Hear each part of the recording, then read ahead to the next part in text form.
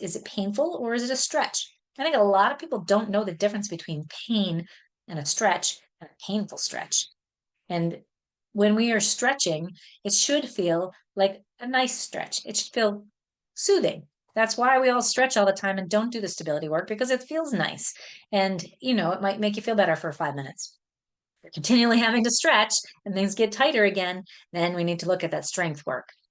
Welcome to the Cheer Athlete Podcast, where we bring coaches, parents, and athletes expert tips and advice to help keep cheerleaders healthy, strong, and at the top of their game. Now let's go. Welcome to the Cheer Athlete. We're going to talk about awareness today and how this can help reduce injuries for your cheerleaders. So listen in. We got hopefully some practical tips that will help. This comes up because people I see in the clinic a lot, just really don't have an awareness of where their body is in space. And I think this is really important for cheerleaders. They need to know exactly where, what is their body doing when it's in space. And the earlier we can start to teach kids how to do this and to feel it, the better they're going to be in the long run. So this will help with reducing falls. It'll help with tumbling. It'll help with jumps. It'll help with their stretching. Teaching them how to feel what is going on in their body and knowing what they're supposed to be feeling as they're doing an activity will really make a world of difference in their overall health, not only while they're cheerleading and being able to progress stunts, but when they get older and they have to to prevent an injury. Like, is this an okay feeling? Is this normal? And I think we kind of gloss over this. So I have a free webinar coming up on the 27th of February at I think 6 p.m. And I'm going to be talking about this. I'm going to talk about awareness and how do you develop the awareness and what does it feel like, and giving some, different exercises for that, as well as other injury prevention tips. This, injury prevention is a hot topic and it's really important for cheer. So I hope you join me. And if you want to join, I will have a link in the show notes, and you can just join, sign up, and you'll get a free replay. So if you can't be there live, that's okay. If you have questions beforehand, please reach out and ask me directly, on a specific injury or, what happens? How do I prevent this injury from happening? Because that will help me to give you the information that is helpful for you and know where your athletes are struggling. And it could be very global, because I do think most teams, one cheerleader has an ACL injury, one cheerleader has back pain, one cheerleader has shoulder pain, one cheerleader just muscles through and one can't compete for whatever reason. And one cheerleader is, rolls their ankle. And so there can be a lot of different injuries all over, but it's generally common themes. And those are some of the 6 top ones that are top injuries that are out there, and concussions being one of the biggest one. We're not going to really talk about all that, but what I think is key that coaches and parents are aware of, and your own awareness, is that you have to give them cues. You have to give them reminders of, hey, if it hurts, you need to let me know. It doesn't always mean you have to stop. The way I would recommend, so if somebody has low back pain or a shoulder pain, what if you change position just a little bit and set up differently? Does that make it better? If so, great, let's do that. If not, maybe you change position, or maybe that's when you have to go get checked out by your physician or your physical therapist or your athletic trainer, and they can help determine if there's actually more going on. Now, if somebody can't walk on something and they can't stand and weight bear on it, that could mean that there's a fracture. That could mean, like, for a knee, that could be a fracture. It also could be an ACL injury. Like, if that knee feels wobbly and it's given out, that something is going on. You need to get that checked. But for most people, those strains and sprains, and they just kind of power through. Changing position and being aware of what your body's doing in that position, and being aware of, if you can make just this one subtle shift, it may feel better. That can be the difference between somebody being on the mat the whole season and missing the entire season. So what do I mean by awareness? When we hyperextend our back, and so say a flyer, or a base holding overhead, and we don't have full shoulder mobility, and we can't because we're uneven, and you get underneath that stunt and you really just extend through the back, that's going to create some compression through your back.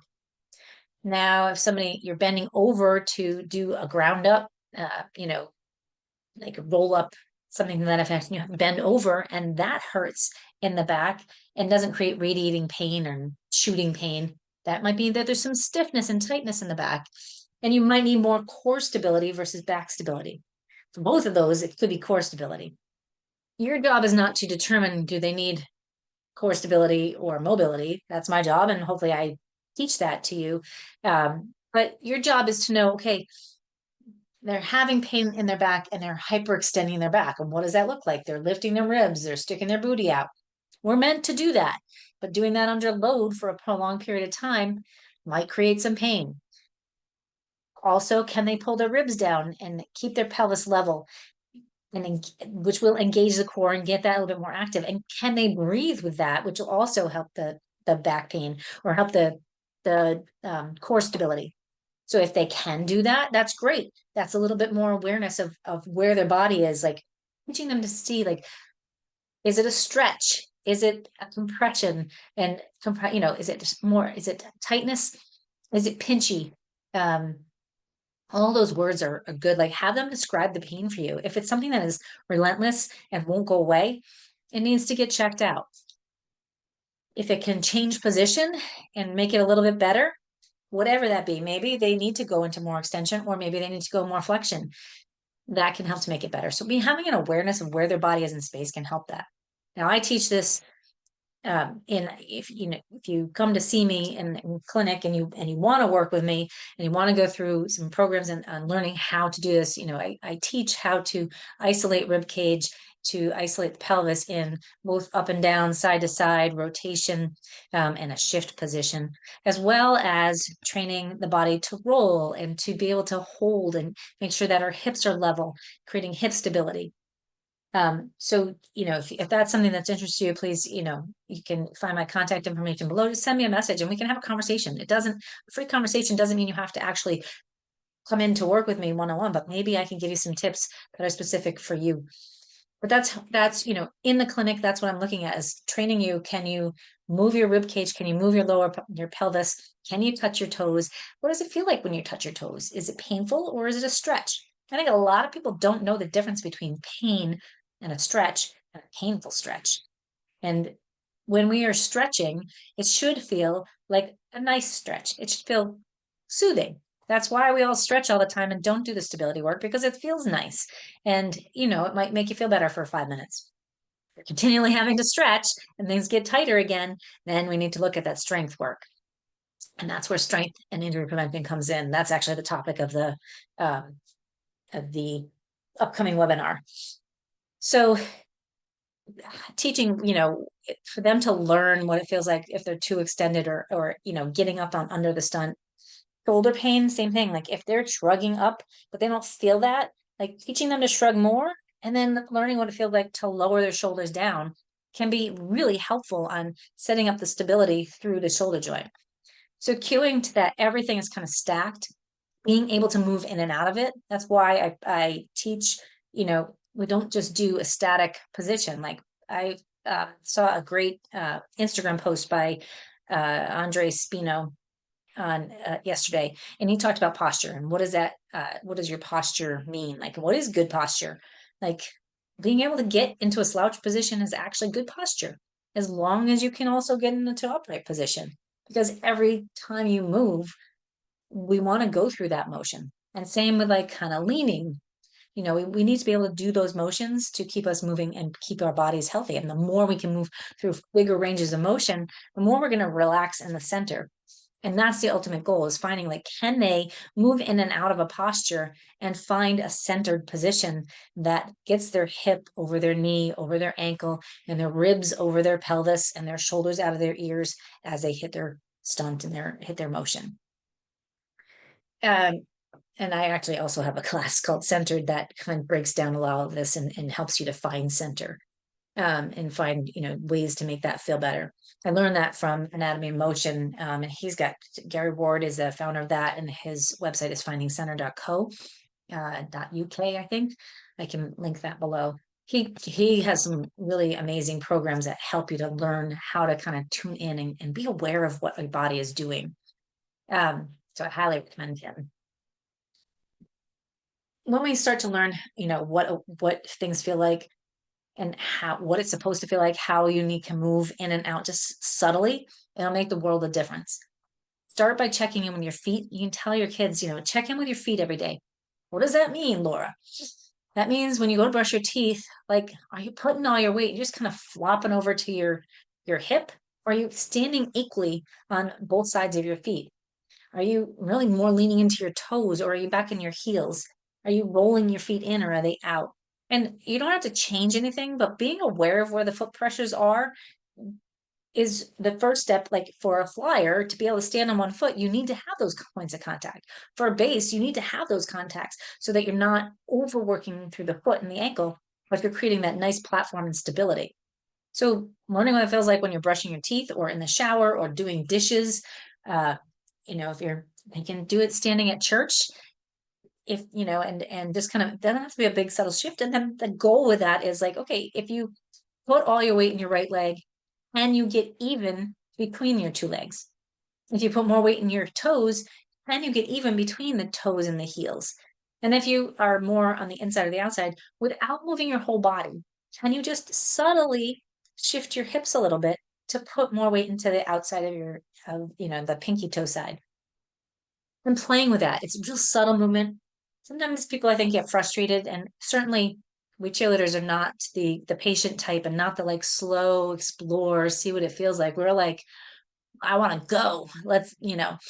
And that kind of shuts all the awareness down. I think it's really important to have that sensory awareness and be able, we got to go. We got to get in our competition, and that's very important. But we also have to know what it feels like to explore the motion and to see what it feels like and to see if we can make a subtle change. Because that flyer in the air who, is just off that little bit, if she can self correct just a tiny bit without really moving fast, just that little subtle shift can stabilize the stunt. Bases have to be ready for it. There's a whole lot of things, and that's not the cues that you necessarily want to give her. But if she's aware, oh, I don't have to pressure here. Let's try it again. And this time, I'm going to go up and I'm going to put pressure on my big toe and lift the tip of my big toe up. So there are ways to teach that, but just starting, in your bathroom, checking in with your feet is a great starting point, and doing this barefoot, and seeing what some changes can you make when they go to bed at night. One of the big meditation techniques that I listen to, they teach you to curl your toes, to flex your feet, to tighten your thighs, to relax your thighs, to tighten your bum and relax your bum, and to tighten your abs, relax your abs. Knowing the difference between what it feels like to be tight and contracted and just holding, and what it's like to completely relax. And finding that will help them as a flyer. It's going to help getting up in the air and really contracting those muscles, and being able to pull up. That gives them the better awareness of where their body is, when they know how to tighten and to relax. Because you got to know both, and being aware of both your tightening and relaxing. Being aware of your breath as well. We frequently hold our breath and then we gasp, and then that shuts off our core and it throws everything off.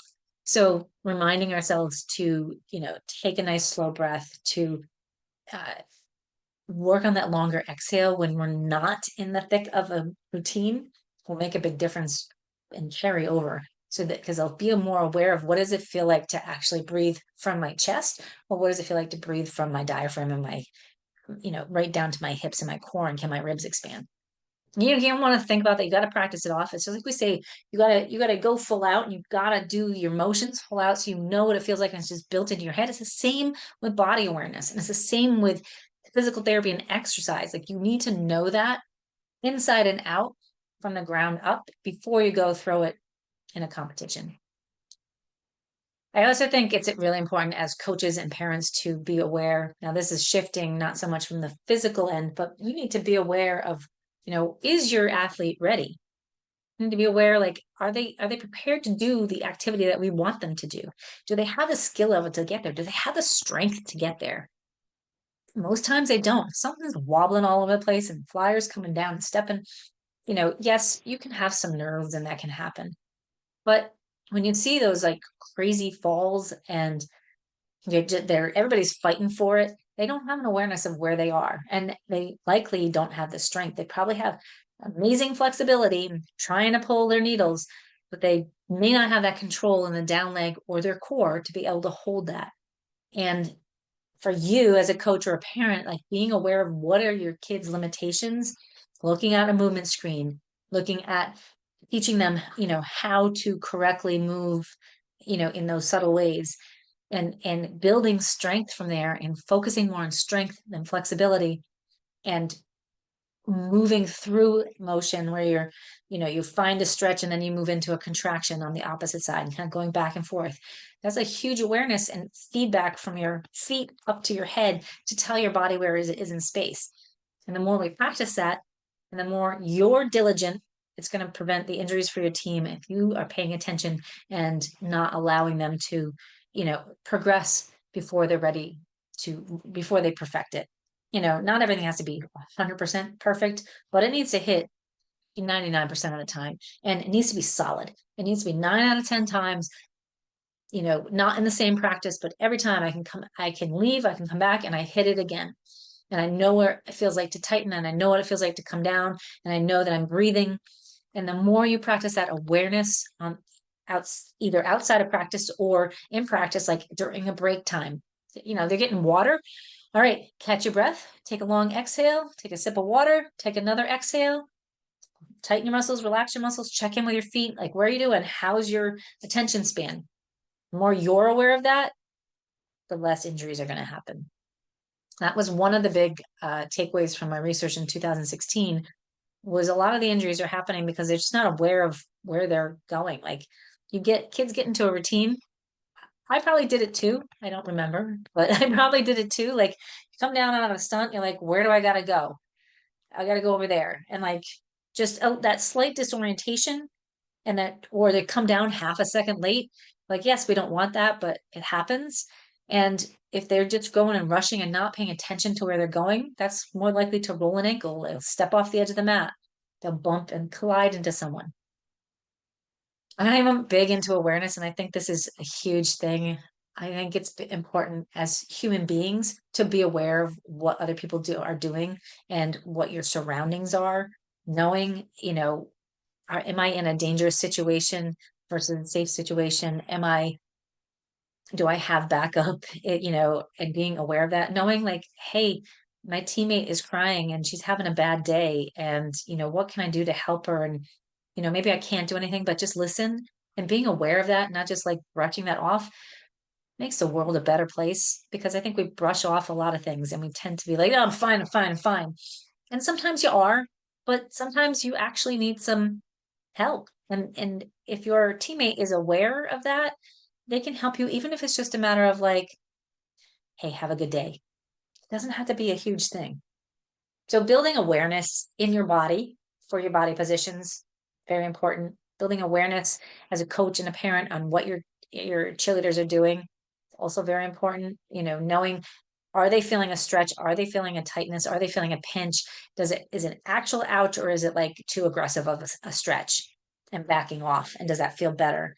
Can they move from, through a full range of motion, both I'm thinking a side lunge in my head because I like to do that for an adductor stretch. So sitting over to the left to get a right adductor stretch also puts load into your left leg.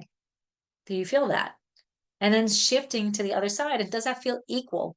And moving back and forth and just coming, instead of just coming there and like trying to push and gain range of motion, will build better control and better mobility. And it's going to last longer. And it creates that body awareness that allows us to know where we are in space. So do some work on your awareness. Again, I have this free webinar coming up, and we'll talk more about awareness and strengthening to help improve and reduce cheer injuries. And I do have this course centered, which will help with that. So if you're looking forward to and looking for any of that, let me know.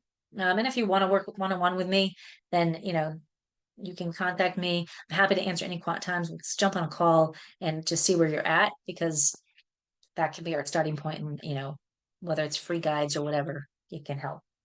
I do have a new guide out strength and flexibility for cheerleaders. So check that out. And one's coming up for injury prevention as well. I'm just working on that now. So stay tuned for that. And I hope you have a wonderful week.